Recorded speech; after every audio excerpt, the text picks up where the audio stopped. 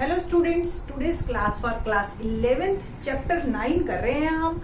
9 chapter हमारा sequent and series पे based था। सीक्वेंट एंड सीरीज के अंदर हमने डिफरेंट टाइप ऑफ सीक्वेंस सीखी थी, उसकी एनेट टर्म सीखी थी और एनेट टर्म से फिर हमने सीक्वेंस के बारे में सीखा था। आज जो हम सीखेंगे एक नई सीक्वेंस सीखेंगे। देखते हैं, आपको अगला नंबर बताना है। मैं 3 या नंबर लिख रही हूँ, 4 नंबर। आप सोच सकते हैं कि नेक्स्ट नंबर क्या होगा। तो every number is multiply bye 2 और फिर नेक्स्ट नंबर मस्ट बी 32। तो हमने जो आज तक पढ़ी है वो पढ़ी है सिर्फ एपी। एपी में क्या होता था कि हमारे पास सारी जो टर्म्स होती थी ना, वो ऐड होता था एक फिक्स नंबर। अब जो है एक नंबर मल्टीप्लाई हो रहा है। लाइक मैंने बोला 3/2, 3/4, 3/8, 3/16। कोई जरूरी नहीं है एक नेचुरल नंबर से ही मल्टीप्लाई हो, फ्रैक्शन से भी हो सकता है, रैशनल नंबर से भी हो सकता है, नेगेटिव भी हो सकता है, कुछ भी हो सकता है, बट वो सेम नंबर से मल्टीप्लाई होना चाहिए। ऐसी सीक्वेंस को हम कहते हैं ज्योमेट्रिक। अब ये आपको नेचर में कहाँ मिलती है? तो नेचर में जो है आपको इस तरीके के, आपने ये रेनी सीजन चल रहा है तो आप देख रहे हो एकदम से बहुत सारे मच्छर हो जाते हैं, एकदम से जो आपके केचुए आ जाते हैं। तो ये जो है ना, ये बेटा मल्टीप्लाई होते हैं हमेशा, ये जीपी से बढ़ते हैं। हाँ, ठीक है। तो जीपी जो सीरीज है आपको नेचर में भी मिलेगी। 2 के 4, 4 के 8, 8 के 16, इमीडिएट होते चले जाते हैं ये लोग। ठीक है। तो इस तरीके से आपको ये जीपी क्या है कि एक नंबर, फर्स्ट नंबर, सपोज हमने कहा फर्स्ट टर्म इज ए और नेक्स्ट नंबर मल्टीप्लाई हो रहा है, तो आर इज कॉमन रेशो। इसको हम कहते हैं common ratio. A r square, a are cube, a are 4 and so on. ठीक है जी। Every number is multiply by r और R is any number. R कोई भी नंबर हो सकता है, रैशनल नंबर हो सकता है, ठीक है, और इवन इरैशनल भी हो सकता है, नो प्रॉब्लम, उसमें कोई नहीं है। कोई भी रियल नंबर हो सकता है, कुछ भी आइटा भी हो सकता है आपका, ठीक है। तो बस ये रेशो शुड बी सेम। तो ऐसी सीक्वेंस को हम ज्योमेट्रिक सीक्वेंस कहते हैं। तो इस पे बेस्ड हम क्वेश्चन करेंगे। उससे पहले मैं आपको जो है जनरल टर्म बताना चाहूंगी कि जनरल टर्म क्या होती है। तो first term is A, second term is AR and so on. nth term क्या बनी इसकी? ARn-1। देखिए, अगर हम देखें हर टर्म में R की एक पावर कम है। जैसे 2 है, पावर 1 हो गई, 3 है, पावर 2 है, 4 है तो पावर 3। ठीक है। तो nth टर्म में जो है हमारे पास वो बनेगी AR⁻n-1। तो ये हमारी एक जनरल टर्म हो गई जीपी की। और हम जो है इसी पे बेस्ड अभी क्वेश्चन करेंगे इन दिस लेक्चर। और इसके बाद जो एक और है वो सम ऑफ n टर्म्स है, वो हम नेक्स्ट लेक्चर में बताएंगे आपको। तो क्वेश्चन नंबर 1 से स्टार्ट करते हैं, एक्सरसाइज 9.3 का। Question number 1, find the 20th and nth term. 20th and nth term of a GP 5/2, 5/4, 5/8 and so on. ठीक है जी। ये है आपके पास क्वेश्चन। ठीक ना। फर्स्ट टर्म क्या बनी? 5/2। सेकेंड टर्म, या आप पहले सेकेंड टर्म हमारे पास जो है वो A1, अगर आप इसको मार्क करते हो तो A2 is 5/4 and the common ratio is A2/A1। तो 5/4 डिवाइड बाय 5/2, 5/4 इसको रिवर्स कर दीजिए मल्टीप्लाई लेते हुए, तो रेशो इज 1/2। ओके ना। 20th टर्म आपको फॉर्मूला बताया था an का, ARn-1। ये जनरल टर्म का फॉर्मूला है। तो put n is equal to 20 here, it will become AR90। सो A is 5/2 and R is 1/2 raise to power 90। इतनी बड़ी पावर को नहीं हमने ओपन करना, हम सिर्फ आंसर इसको ऐसे भी दे सकते हैं, 5/2 रेज़ टू पावर 20। नीचे बेस सेम है, having multiply sign by exponents class powers are added. तो 19 plus 1 it will become 20. ठीक है, so the answer is 5 upon 2 raised to power 20. And second question क्या था, 20th term and nth term. nth term निकालते हैं. nth term में simple सी बात है, n तो n ही रहेगा आपका. ठीक है, a और r की आप वैल्यू पुट कर सकते हो. ठीक है जी, तो nth टर्म इज a 5/2 और r 1/2 raise to power n minus 1. 5 बन जा 5, 1 की पावर n, आप इसको ऐसे भी लिख सकते हो 1 की पावर n माइनस 1 और 2 की पावर n माइनस 1. तो 1 की पावर n माइनस 1 1 ही होता है और 2 की पावर ये आपस में ऐड हो गई, तो it will become 5 raise to power 2n. ठीक है जी, तो ये आपका 20th टर्म और ये nth term. Now question number 2.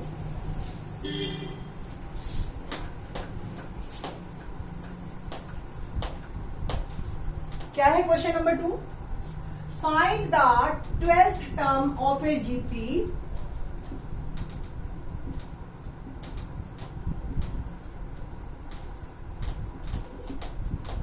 whose 8th term is 192 and common ratio is 2.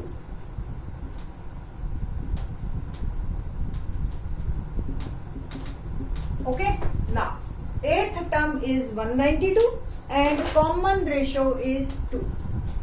12th term. ठीक, तो पहले आपको A8 से बात करनी है. A8 यानी कि AR7. जनरल टर्म में आपको लिख देती हूँ, एक बार आपको हमेशा याद हो जाएगी. 4-5 क्वेश्चन कर लेंगे आप उसके बाद. तो an है हमारे पास ARn-1 और ये हो गया n की जगह 8 डाला तो AR7 192 एंड कॉमन रेशो आपको दे रखा. तो a 2 रेज टू पावर 7 192, तो a आ गया 192 अपॉन 2 रेज टू पावर 7. ठीक है जी, हमें बस 12th टर्म निकालनी है इसकी.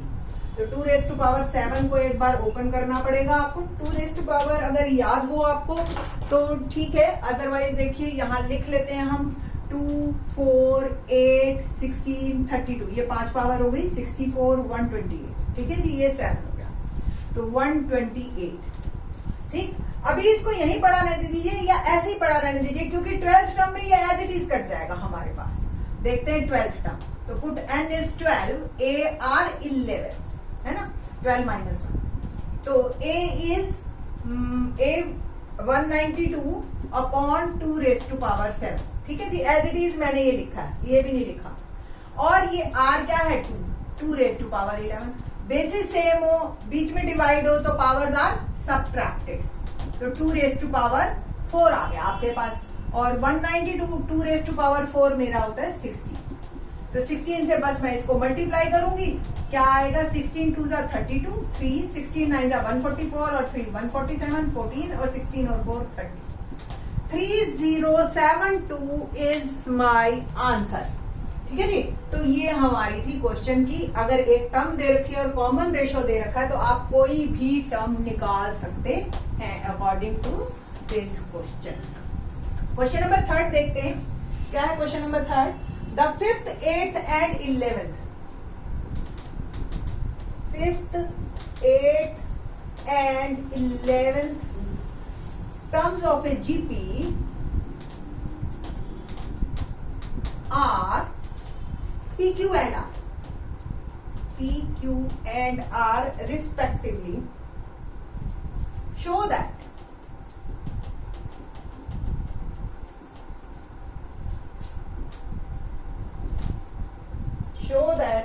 Q square is equal to PS. Now, 5th term A5 is AR4. 8th term AR7.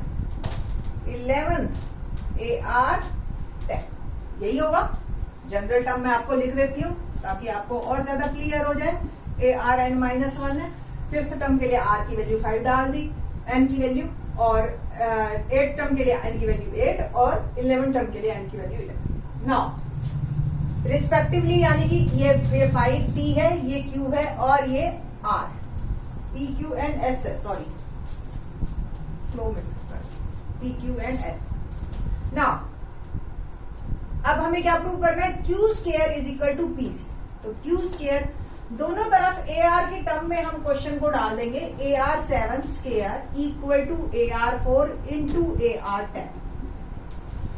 Square है यानी कि पावर मल्टीप्लाई होंगी, 7 2 14, और यहाँ पावर मल्टीप्लाई में है तो आपस में ऐड होंगी, तो 1 1 2 और आर 4 प्लस 10, तो a square r 14 both are equal, so left hand side equal to right hand side, hence proved.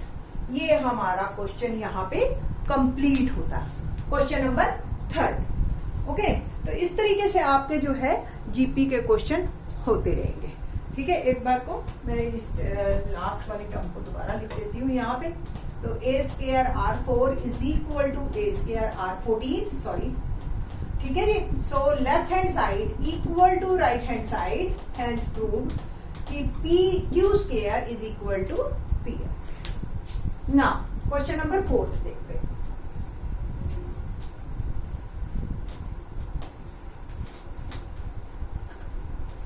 Question number 4, the fourth term of a GP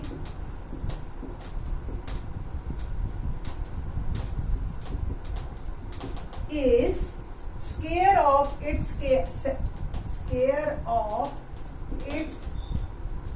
second term, and the first term is minus 3.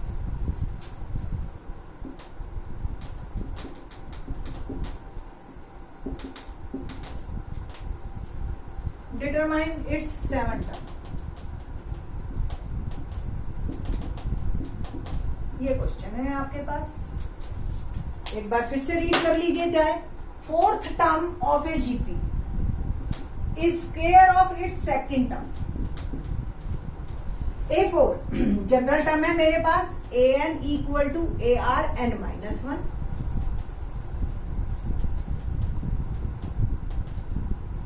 Okay, now 4 यानी कि A R cube, A2 यानी कि A R 1 power square. अगर A are cube A square R square, देखो power multiply, एक A cut गया, एक are cut गया, यानी कि इधर से आर स्क्वायर को मैं इधर ले गई और ए को उधर, तो ए इज इक्वल टू मेरा आर आ गया। ये एक रिलेशनशिप आ गया हमारे पास। Now first term is -3, so a is -3। अब a is equal to r आया है आपका, तो क्या हो गया जी हमारे पास, r भी -3। Seventh term we have to find, put n is 7 here, तो a r 6 -3 into -3 raise to power 6। जरा -3 को मल्टीप्लाई करना है अब हमने 6 टाइम, या आप कहो 7 टाइम,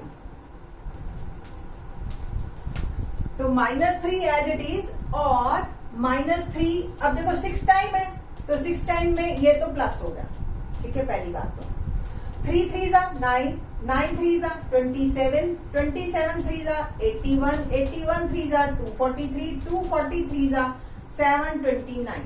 ओके, तो 729 ये आ गया। अब बस -3 से इसको मल्टीप्लाई कर दीजिए, तो नेगेटिव आएगा एक तो आंसर, क्योंकि एक माइनस है, या 7 बार माइनस तो भी माइनस।